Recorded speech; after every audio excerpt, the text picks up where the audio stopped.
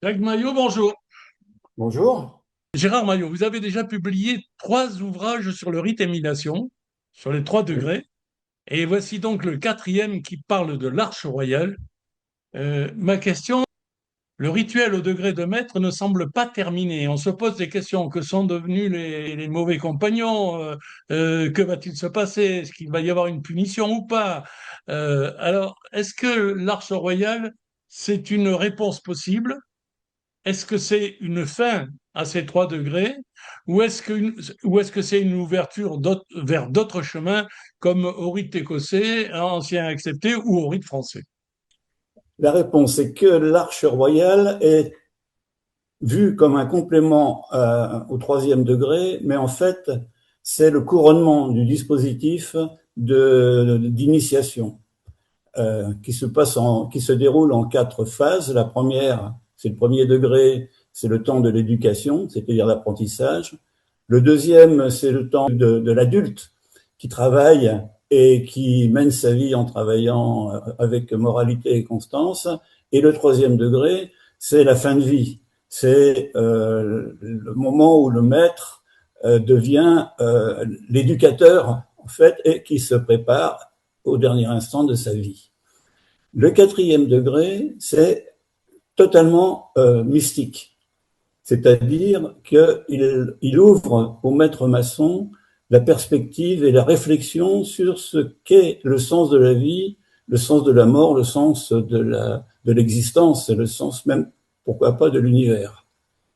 Donc c'est pas une explication du troisième degré ou du reste, c'est le couronnement, c'est-à-dire que nous passons du, de l'Ancien Testament au Nouveau Testament en faisant comprendre que ce passage entre le Nouveau et l'Ancien Testament n'est qu'une transition qui conduit vers quelque chose de plus universel, c'est-à-dire que la croyance, c'est-à-dire que la foi est quelque chose qui dépasse la religion, c'est quelque chose qui est intérieur, c'est immanent, alors que la religion, c'est quelque chose de transcendant. Est-ce que après l'Arche royale, en émulation, il y a d'autres degrés ou ça s'arrête là? La pure maçonnerie définie par euh, des critères anglais de naissance, c'est que la pure et ancienne maçonnerie ne comporte que trois degrés, y compris le degré de l'arche royale. Il y a, la franc-maçonnerie s'arrête là, tout est dit. Il n'y a pas de, il n'y a pas de complément. On est passé donc de l'enfant à l'adulte et puis à la fin de vie, et on est maintenant dans le domaine de la réflexion sur la religion, la foi et la raison. Comment on doit qualifier les side degree, hein, anglais? C'est une copie des grades de complément du rite écossais ou c'est autre chose? Ah non, non, c'est tout à fait autre chose. C'est né tout à fait parallèlement et différemment. Il y a des interférences, sans aucun doute, mais on ne les connaît pas trop. Le, les 5 degrés, c'est euh, comment dire, un complément qui n'apporte pas grand-chose en fait. On va parler un peu des symboles. Dans votre ouvrage, on comprend qu'il y a au niveau symbolique l'apparition des taux, trois taux dans un triangle sur la bavette arche royale. Et puis, donc, je voudrais que vous nous décodiez un petit peu ça. Et alors, parallèlement, on voit que les taux apparaissent aussi sous les pampilles et sur la bavette, sur le tablier de Vénérable. Alors, pourquoi le taux? Pourquoi les taux? Et pourquoi cette différence dans les couleurs et dans le positionnement des taux d'un tablier à l'autre? Alors les couleurs, c'est simple, hein, ce sont les symboles des degrés, hein, comme dans toute la maçonnerie.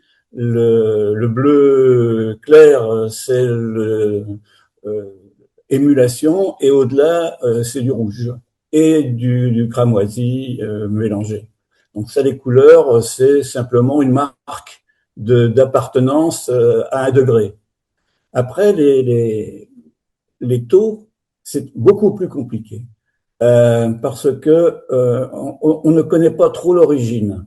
Il y a l'origine biblique où le signe s'appelle tau et ça vient de Ézéchiel qui dit tous ceux qui seront marqués d'un tau seront sauvés par leur fidélité à Dieu. En dehors de ça, on n'en a pas trace dans la franc-maçonnerie au XVIIIe siècle. Par contre, ce qu'on peut trouver, c'est la superposition d'un T sur un H pour former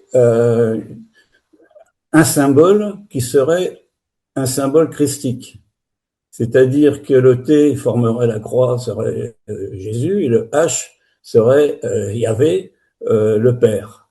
C'est une hypothèse qui a été développée parallèlement à l'hypothèse du tau hébraïque.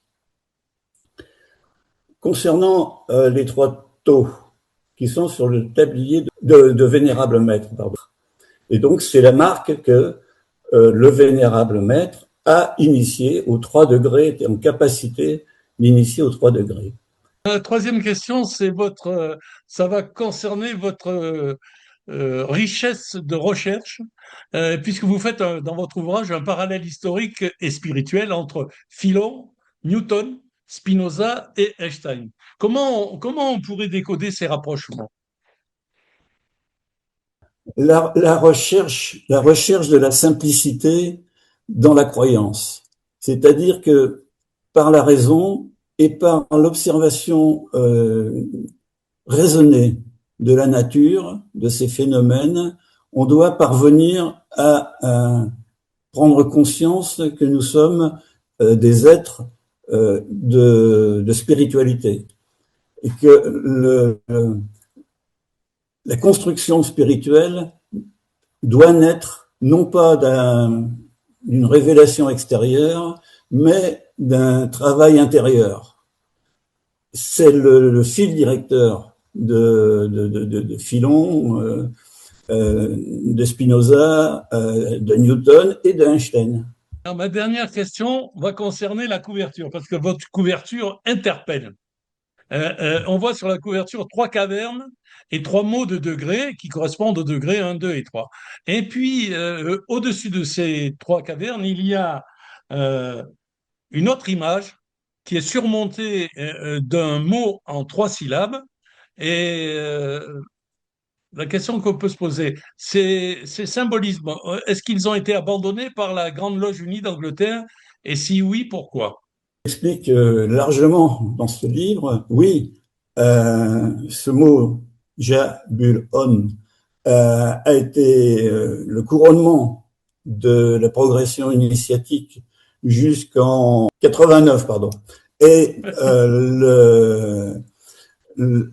le symbole, c'était de dire, il a réuni les 3 grandes religions de l'époque biblique, la religion hébraïque, la religion mésopotamienne et la religion égyptienne. Et donc ça fait Jéhovah. Non, ça fait Jabul-On. Ouais. Ja comme Jéhovah, Bul comme Baal et On comme Oniris. Ou les prêtres de On qui étaient les prêtres les plus importants en Égypte et dont la Bible parle, en fait mention. Donc, le schéma que je propose est celui dont il part de la grotte de Macpéla, qui est la grotte où est enterré Abraham, c'est-à-dire le père des hommes, le premier à avoir rencontré Dieu, en dehors de toute religion. Ensuite, la caverne de l'initiation maçonnique. Ensuite, la caverne de la résurrection. Et tout ceci aboutit ce, euh, à la lumière symbolisée par le trône de la grâce sur ce dessin, et qui, couronné par Jabulon, veut dire que la progression, on est parti d'une foi abrahamique, c'est-à-dire une foi sans support religieux, jusqu'à la même chose, mais une fois après avoir traversé les religions. Et donc, la deuxième réponse, c'est pourquoi la Grande Loge d'Angleterre a supprimé cet aboutissement et demandé à ce que Jabulon soit retiré des rituels.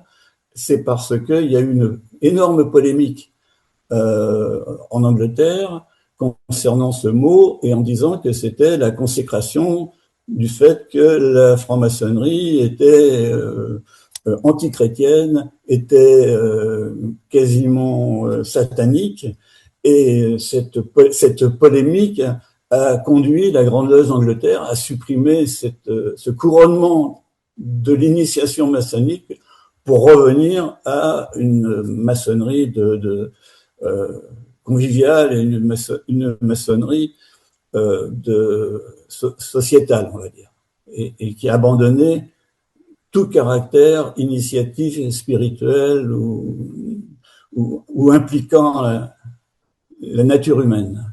Bravo pour cet ouvrage où on pourrait remarquer que si la Grande Loge unie d'Angleterre avait existé au temps de l'Inquisition, lui dire aujourd'hui que depuis 1989, les maçons lisent Dieu, comme vous l'écrivez, dans le menu et dans la carte des vins aux agapes, je me demande si Gérard Maillot n'aurait pas fini sur le bûcher. Sans En doute. tout cas, merci Gérard et à bientôt.